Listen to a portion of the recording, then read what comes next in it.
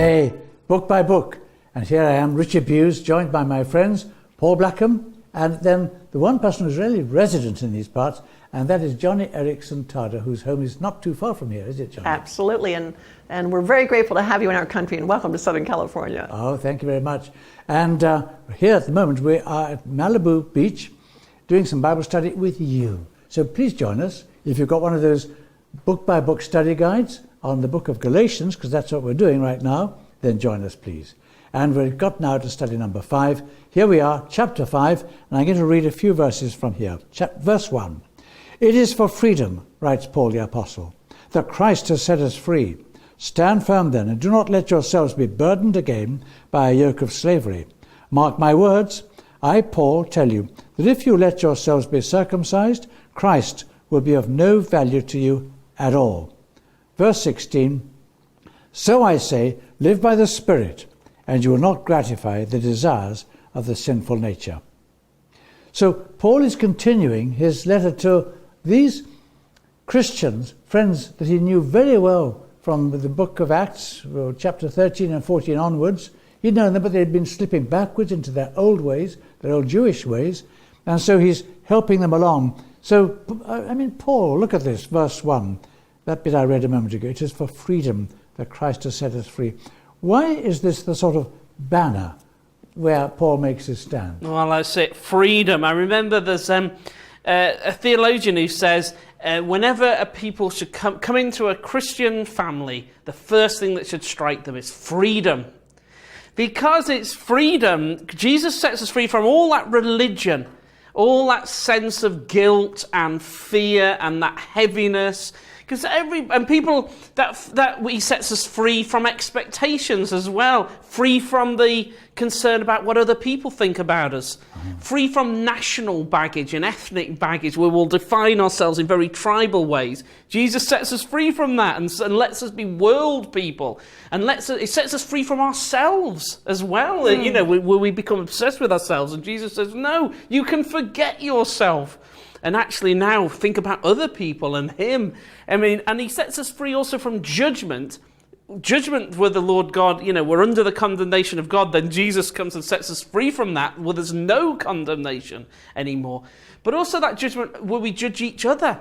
And in the Christian family, one of the most amazing things that people experience is when they come in and they discover they're not judged. And it doesn't matter what's happened in their lives. Yeah. It's like, no, you're here, you're loved, you're accepted, you're one of us. We've all been there. We've all, know what it is to have messed up. Come in, you're welcome and you're loved. That freedom from all the things, all the ways in which the world operates and religion operates. Freedom. I can see why Paul sort of says, here I stand, I can do no other. I mean, see, a person like Johnny, you've been all over the world. I dare say you've met with churches where maybe some of the believers there have been, they've been, subject to truth warpers, as I would call them. People who've got a bit of the truth, but they've actually, kind of diverted it in some direction. Or what I would call the sidetrackers. People who've got a bit of the side issue, made that big. Yeah. Or people who are peace breakers and they kind of disturb the peace of a congregation. Or people who are even sheep stealers and try and get people out of the congregation. Have you met any of that? Oh, of course. And it's because I think we have such a propensity to keep rules. It makes us feel comfortable. It makes us feel safe. We don't have to have any guesswork. We just follow the rules and we think we're religious. But that's going down a dangerous path. I mean, if we looked at one of these rules, you see, like verses 2 to 6, read a bit of verse 2, that issue of circumcision. I mean, did that really matter so much? No. Well, I'm sure there were people in the Galatian congregation who thought, Paul says that circumcision displeases God and non-circumcision pleases him. So let's do non-circumcision, okay? Yeah. Okay, that'll please God. Do you see, I mean, they were still acting wrongly. They were still trying to bribe God. That was making non-circumcision just as dangerous as circumcision. The point of the verse is that any act is wrong when you do it to bribe God for blessings, to twist his arm until he says uncle and pours out favor upon you. That's what Paul is getting at. And Paul, help me here, because I think there's also a danger when we Christians say, God has done so much for me. I owe him my life. I'm going to spend the rest of my life paying him back. Yeah. God doesn't want us to relate to him as a debtor. He hasn't Yeah. loaned us anything. What do you think about that point of view? I think that's brilliant, that, because if you imagine like a husband and a wife, imagine if they related like that, say, so I'm indebted to you now because you just, no, you think, no, that's not like what a loving relationship is. It's just love, which doesn't demand payments and things. But we do that, don't we? Listen, I'm a wife. I've been married over 28 years to my husband, Ken. We have a great marriage. But there have been times where I've thought, he hasn't noticed all these nice things that I've been doing lately. Why is that not? And you start to get that mentality that, come on now, you owe me a bit of a kindness because I have been generous to you, and that's wrong. That's wrong. That's circumcision. Or non-circumcision, whatever. Yeah. It's the act that displeases God because you're trying to bribe somebody else of their blessing and favor. Yeah. Yes. And of course, these letters of Paul, again and again, there's a focus on the difficulties encountered in false teaching, however minute it may seem to be. And so these false teachers that Paul is writing about here, they seem to think that that little dwarf Christian church could be contained, tamed, controlled, if they could just submit to these old, Jewish ordinances of initiation. Yeah. And in that way, then they'd have also acceptance with the Roman Empire, because to be a Jew in that time was all right. It was a passport to security. And they could be brought in with them. But Paul won't have it. He won't have it. So that when we look at all of this, we would ask ourselves, how can Paul be so zealous and extreme as it looks in his rejection of these teachers? Well, he does sound extreme, and he doesn't sort of say, well, we disagree about this, but let's agree to disagree. He's like, no, this is, and he's really quite rude and quite insulting about them. But then I always think, well, it's not as if he's like that, because Jesus was like that too. And then remember, Jesus said, I think it was in Matthew 16 verses 5 to 12, and he warns about the yeast of the Pharisees, the false teaching of the Pharisees, which once it gets into the batch of dough, the yeast gets into the batch, and then it changes the character of the whole batch. And so Jesus is saying, don't let that happen. Don't let this false teaching get in, because once it's in the fellowship, the whole fellowship's changed. Paul kind of goes back to that in verse 9. He's saying a little yeast works through the whole batch of dough. He's recalling that teaching of Jesus in Matthew 16. And it's that passion that, it's like if there was something that's poisonous and you'd be like, no, don't touch that, don't drink that. If there's this glass, I'm going to have a drink from it, and you knew it was full of poison, you'd be like, don't touch it. And you might knock it to the ground and smash the glass. Well, that's of course that, but that's not because you would be sort of arrogant or bigoted. It's because you're concerned. You're saying, no, don't touch that, because if you touch that, you'll die. He's like that, and so these people are coming with their religion and the idea of earning favour, as you were saying. And he's like, no, actually, it might seem nothing, but actually that's a road that leads to hell.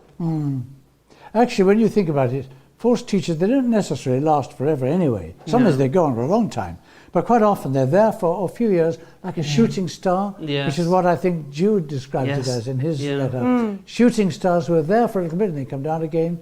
But at the time, we're saying, oh, how wonderful, look at these wonderful teachers. Oh, you must go and read this fantastic book. And about a few years later, we're saying, where is that book? Oh, it's now in the charity shops. It's gone, it's finished. Gone. Who was that man? Forgotten his name, So it can be like that. But then, see, Johnny, when I read this here, verse 15, watching out for each other, love your neighbour as yourself, live by the Spirit, verse 16. Can the way of Jesus be really as simple as, love your neighbour, live by the Spirit? What about all the rules?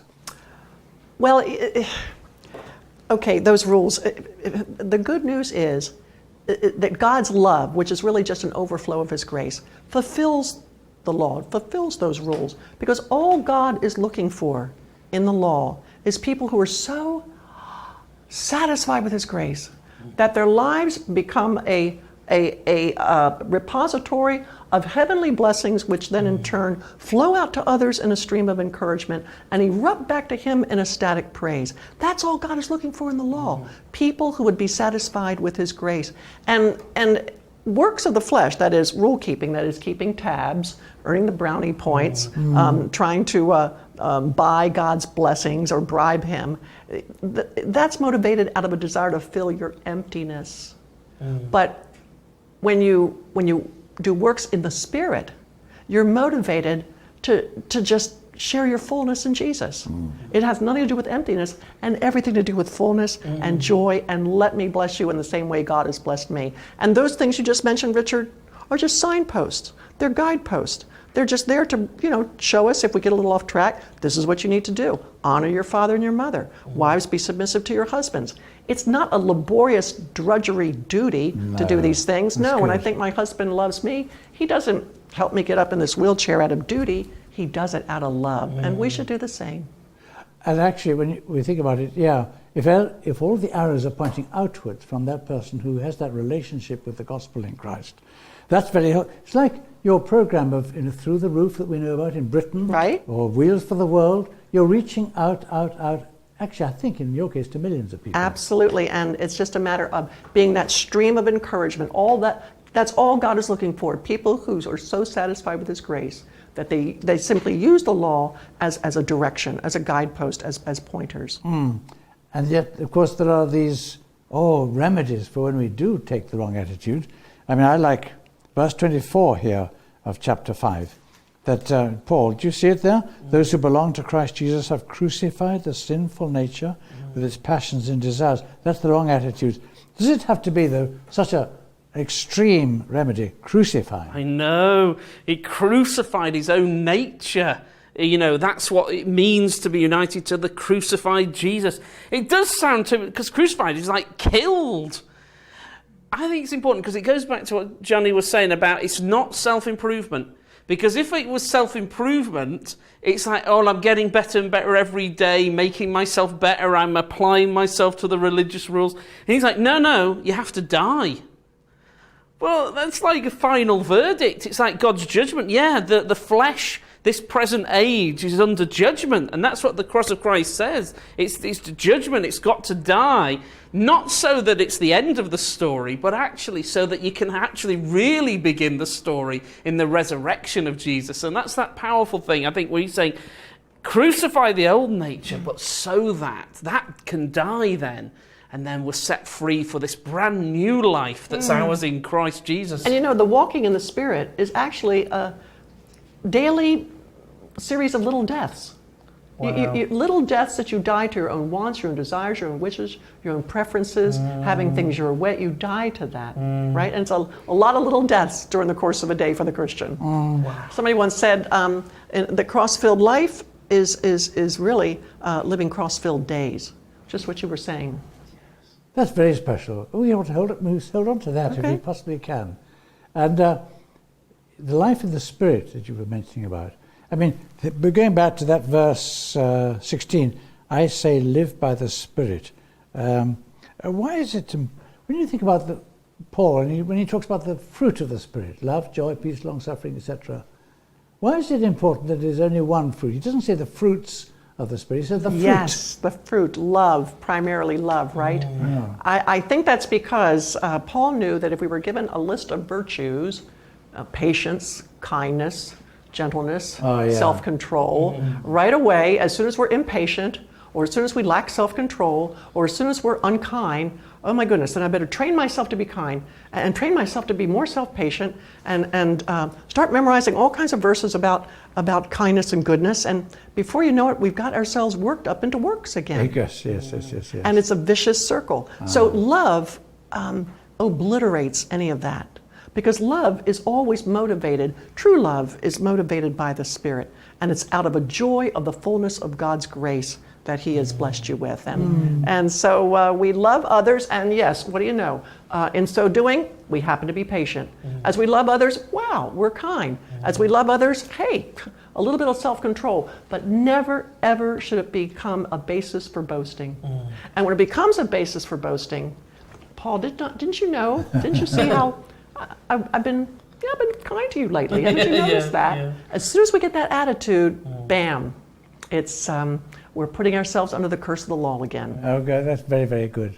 Actually, see, as we round off, thinking about that life in the Spirit, that's right, we do not want to be boastful people. In fact, I've sometimes been asked by people, are you filled with the Spirit? And I tend to think, well, no one in the New Testament ever said, I am filled with the Spirit. It was usually left to the observers to see. They would say, so-and-so like Stephen is filled with the Spirit. So when I've been asked that, I think the wise thing is to say, you better ask my wife, or ask my spouse, Yeah. or ask my boss, or ask my next door neighbor. They'll tell you. That's good. And that That's means good. that we're then still focusing on Christ, not always on myself. Thank you very much for joining with us. We're going to come back to you for number 6 before too long.